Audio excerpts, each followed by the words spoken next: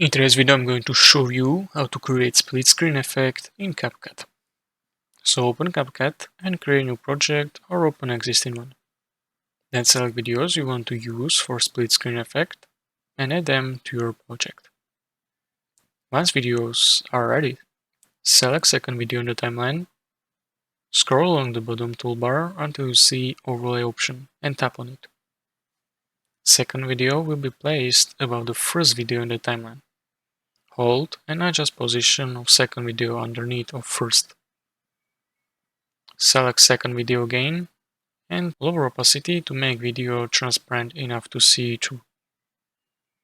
Position video as desired. You can drag them in the preview screen to adjust their placement. Select first video and increase opacity back to normal. Scroll along the bottom toolbar until you see mask option and tap on it. Choose horizontal to create horizontal split screen effect. Use 2 fingers to rotate line and 1 finger to move entire mask to adjust split screen position. Then play back video to review split screen effect. Make further edits if needed.